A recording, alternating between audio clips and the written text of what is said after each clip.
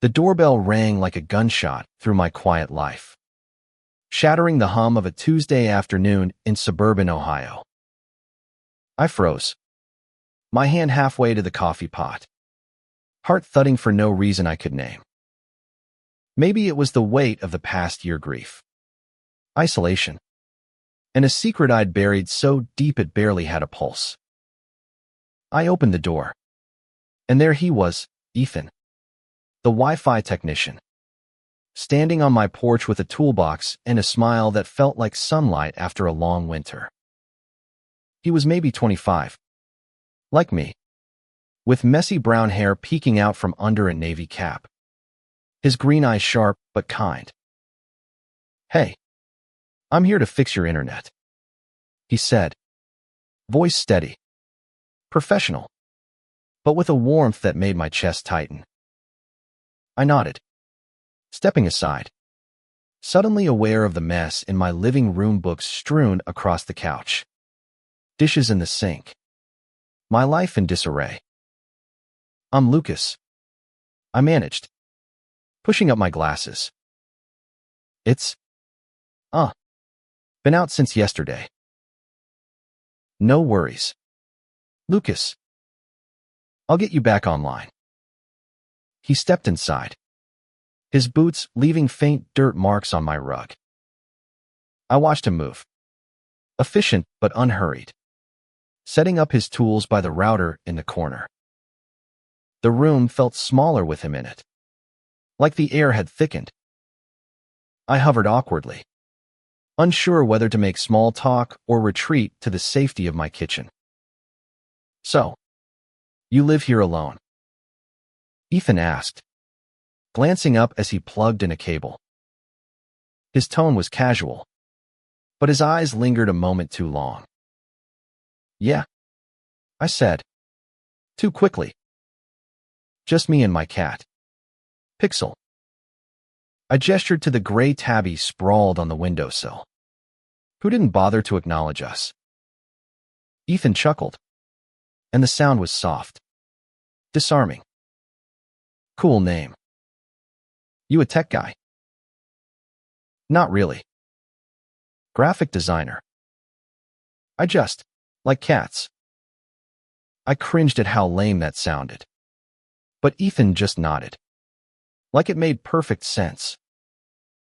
As he worked, I stole glances. His hands were steady, calloused but precise, moving with a confidence I envied. I hadn't had a real conversation with anyone in weeks, not since Mom's funeral. The silence of the house had become my companion. But now, with Ethan here, it felt oppressive, like it was begging to be broken. "Your signal's pretty weak," he said, squinting at the router's blinking lights. "Might need to reposition this.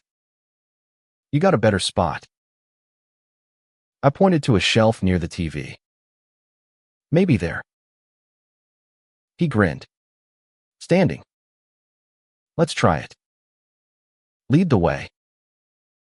As we moved the router, our hands brushed, accidental, fleeting, but enough to send a jolt through me. I pulled back, heart racing, and Ethan's eyes flicked to mine, a question in them I wasn't ready to answer. Not yet. The rest of the hour passed in a blur of small talk, weather, local diners, the Bengals' latest loss. But beneath it, something simmered. Every glance, every casual word, felt like a step toward a ledge I'd spent years avoiding. I'd grown up in this town, where different was a dirty word, where I'd learned to hide who I was before I even understood it. Ethan, Thuff, seemed like he belonged to a different world, one where you could just be. "All set," he said finally, packing up his tools. "You should be good now. Call if it acts up again." He handed me a business card, his fingers grazing mine for a split second. I stared at the card. Ethan Carter, Network Solutions, and felt a pang I couldn't name. Thanks, I said, my voice barely above a whisper. He paused at the door, turning back. Hey, Lucas. If you ever want to grab a coffee or something, I'm around. My breath caught. Was that just friendly? Or something more? I nodded, mumbling something incoherent. And he left, the door clicking shut behind him. I stood there, staring at the router. Its green light steady now, mocking me with their calm. Ethan had fixed my Wi-Fi. Sure. But he'd also plugged something into Maya's Spark. A possibility. A dangerous hope I wasn't sure I could handle. That night, I couldn't sleep. Pixel curled up beside me, purring, oblivious to the storm in my head. I kept replaying Ethan's smile, his voice, that fleeting touch.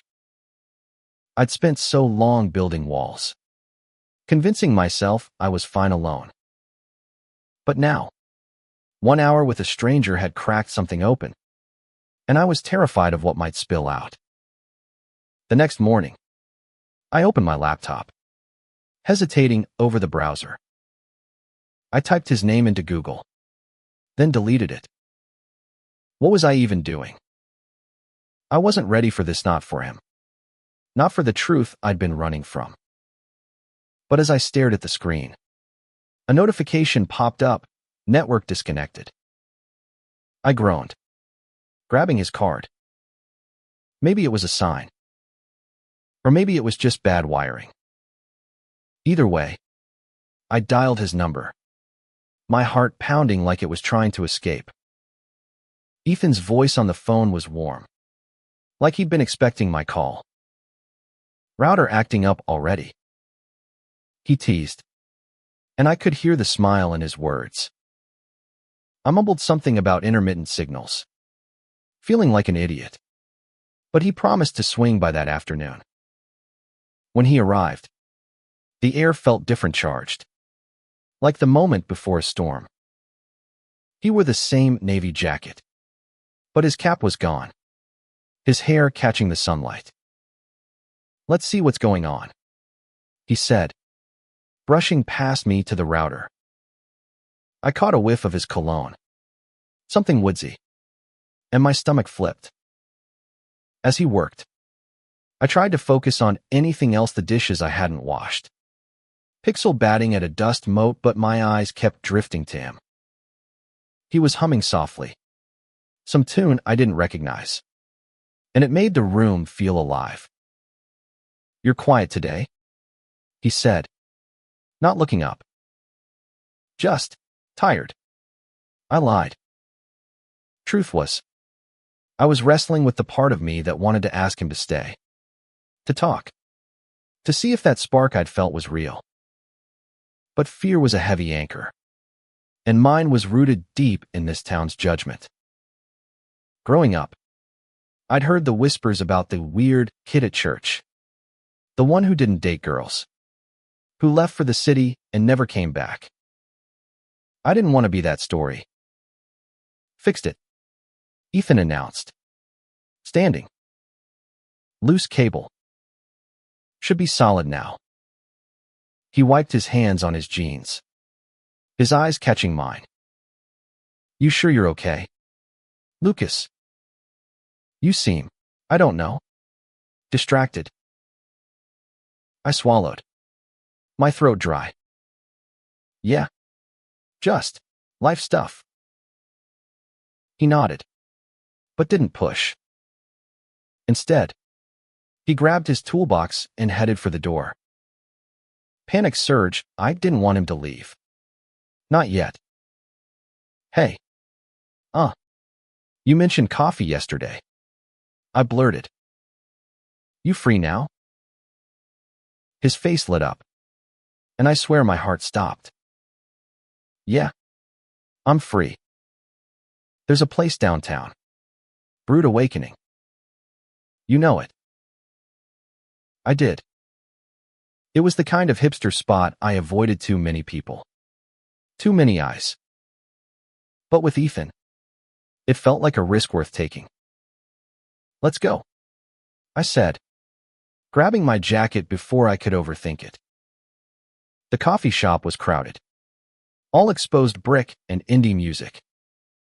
We found a corner table, and Ethan ordered a black coffee. No sugar.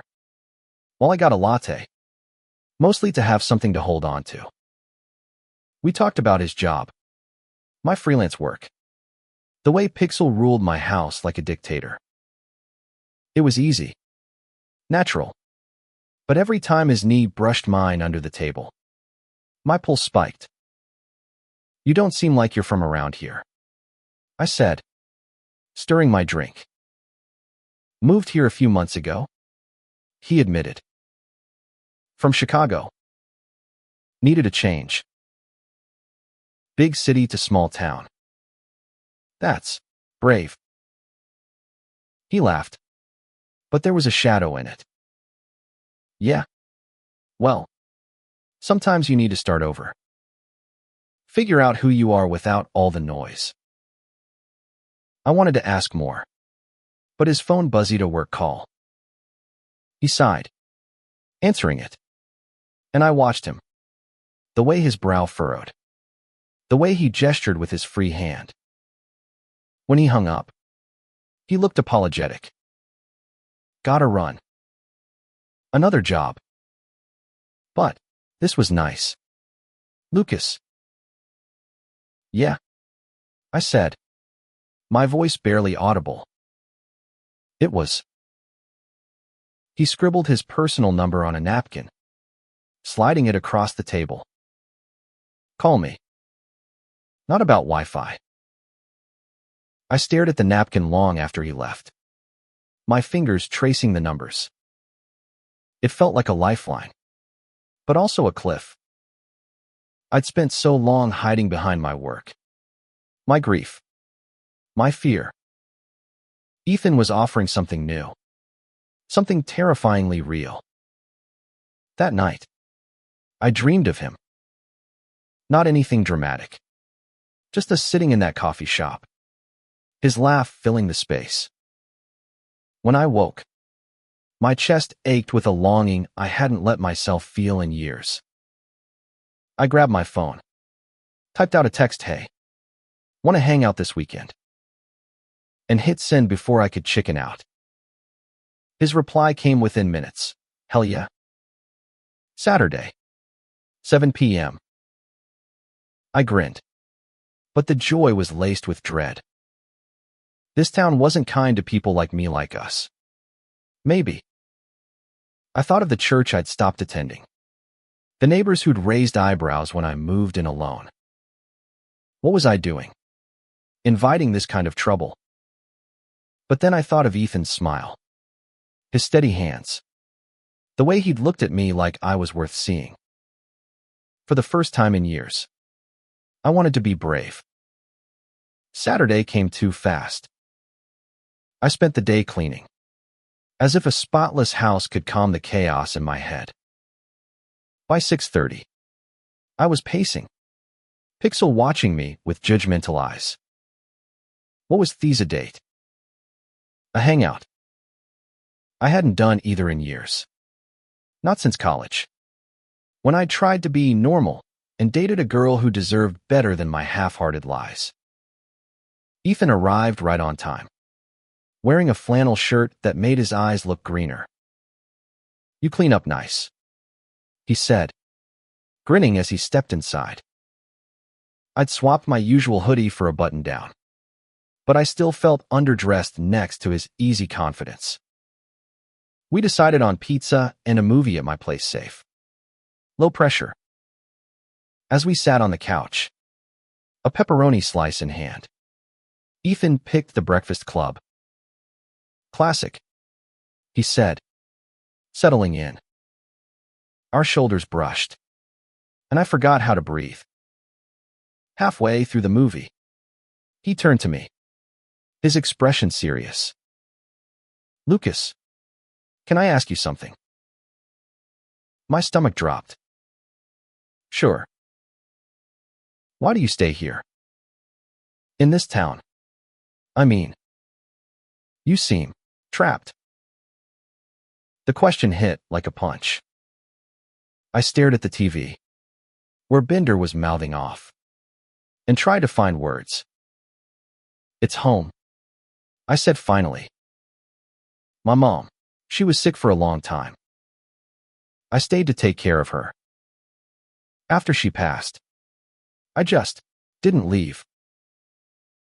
He nodded, his eyes soft. I'm sorry. That's heavy. Yeah. I swallowed, the grief still raw. What about you? Why'd you leave Chicago? He hesitated, picking at the pizza box. Bad breakup. Guy I was with, he wasn't who I thought. Needed a fresh start. The air shifted. Guy.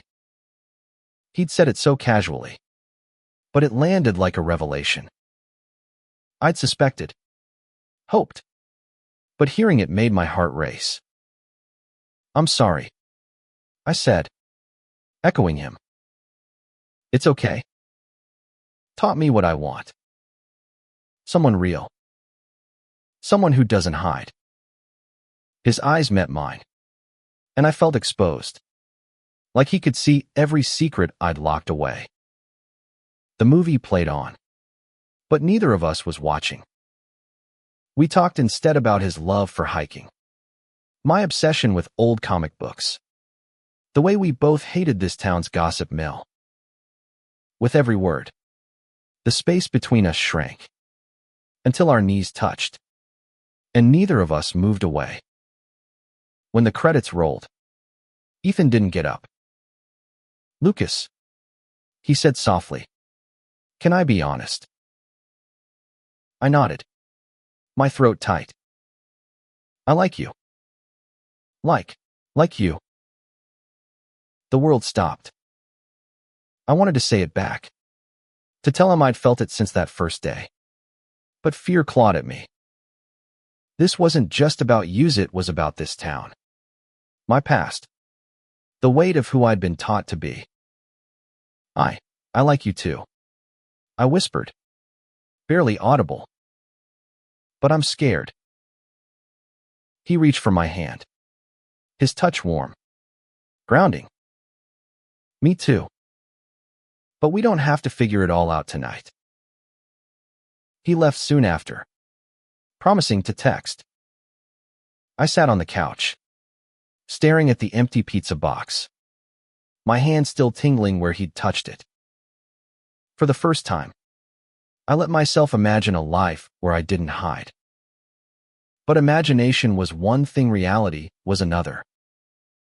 The next day, I walked to the grocery store, and the whispers started.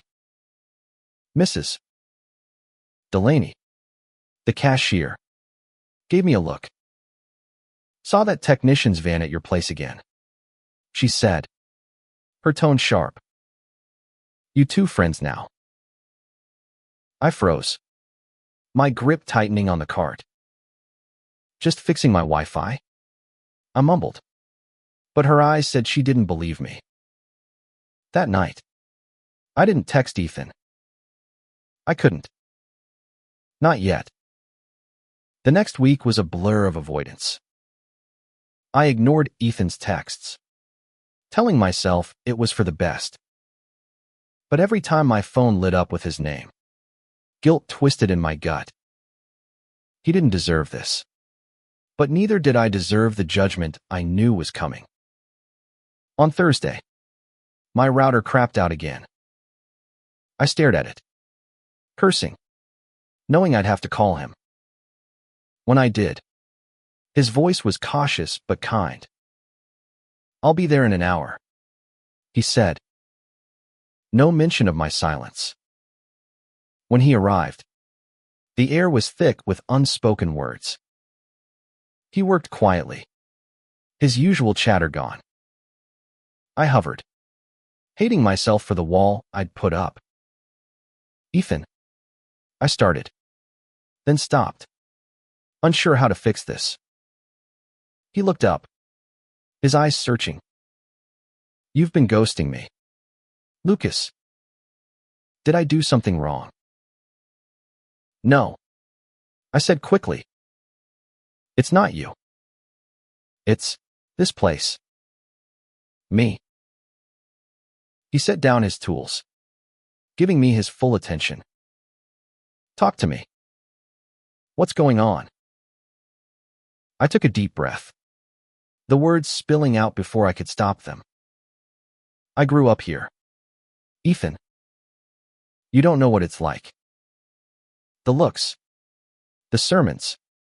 The way people talk when they think you're different. I've spent my whole life pretending I'm not. I stopped. The word caught in my throat. Gay? He finished gently. I nodded, my face burning. I've never said it out loud. Not to anyone. He stepped closer, his voice low. You don't have to hide with me. Lucas. I see you. Those words broke something in me. I wanted to believe him, to let go of the fear. But it wasn't that simple. What if they see me too? I whispered. This town, they'll eat me alive. Then we'll face it together, he said, his hand brushing mine. You're not alone. I wanted to grab his hand, to hold on and never let go. But the doorbell rang, shattering the moment. It was Mrs. Delaney, holding a casserole dish, her eyes narrowing as she saw Ethan. Just checking on you. Lucas, she said, her tone dripping with suspicion. Heard you've been having a lot of technical issues. Ethan's jaw tightened, but he stayed calm. Just doing my job, ma'am. She left, but the damage was done. I felt exposed, like the walls of my house were made of glass. Ethan turned to me, his expression fierce. You don't owe her anything. Or this town. You get to live your life. Lucas. I nodded, but doubt gnawed at me. That night, I lay awake, torn between the safety of my closet and the freedom Ethan offered. By morning, I'd made a choice, not a big one, but a start. I texted him, can we talk? Tomorrow. His reply was instant, anytime. The next day, we met at a park on the edge of town, away from prying eyes. Ethan sat on a bench, tossing a stick for a stray dog that had wandered over. He looked relaxed, but his eyes were sharp, watching me as I approached. I'm sorry, I said, sitting beside him. For ghosting you. I freaked out. It's okay, he said, his voice gentle. I get it. This stuff's scary.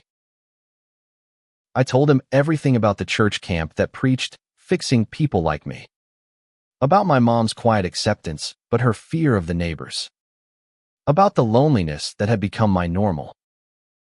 He listened, never interrupting, his presence steady as a rock. When I finished, he took my hand, lacing our fingers together.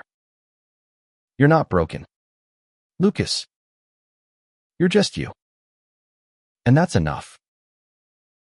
Tears stung my eyes, but I didn't pull away. For the first time, I felt seen not as a secret or a sin, but as me. We sat there, hands clasped, the world fading to just us and the rustling leaves. But reality wasn't far off. That evening, I got a call from Pastor Mike, the man who'd once told me I could choose to be different. Lucas, we're worried about you, he said, his voice heavy with fake concern. People are talking. That technician, he's not good for you. Anger flared, hot and sharp. With all due respect, Pastor, my life's none of your business. I hung up, my hands shaking. Ethan was at my place within the hour, his face set with determination. You okay? He asked, pulling me into a hug. I nodded against his shoulder, breathing him in. I'm done hiding, I said, the words feeling like a vow. He pulled back, his eyes searching mine. Then let's do this. Together. We kissed, right there in my living room, with Pixel watching like a bored referee. It was soft at first, tentative, then deeper, like we were making up for lost time. When we broke apart, I was trembling, but not from fear. I'm in, I said, my voice steady. Whatever this is. He grinned, his thumb brushing my cheek. Good. Because I'm not going anywhere. The next few weeks were a whirlwind. Ethan and I were inseparable dinners at my place, late-night drives, stolen moments in his van. Every touch, every laugh, felt like a rebellion against the life I'd been taught to live. But the town noticed. At the diner, people stared. At the gas station, a guy from church muttered something under his breath as I passed. Mrs. Delaney left a note on my door, quoting scripture about sinful ways. I tore it up, but it left a mark. Ethan was my anchor. They don't get to define you, he'd say, his hand in mine. But the pressure was building, and I wasn't sure how much I could take. One night, we went to a bar outside town, a place where no one knew us. We danced, clumsy but happy, and for a few hours, I forgot the world outside. But when we left, a group of guys was waiting by Ethan's van. Faggots. One spat, and my blood ran cold. Ethan stepped in front of me, his voice calm but firm. Walk away, man. They didn't. A fist flew, catching Ethan in the jaw. I lunged, shoving the guy back, my heart pounding with fear and rage. The others backed off, muttering, and we got in the van, driving away in silence. At my place, I cleaned the blood from Ethan's lip, my hand shaking. I'm sorry, I whispered. This is my fault. No, he said fiercely. This is their fault. Not yours. Not ours.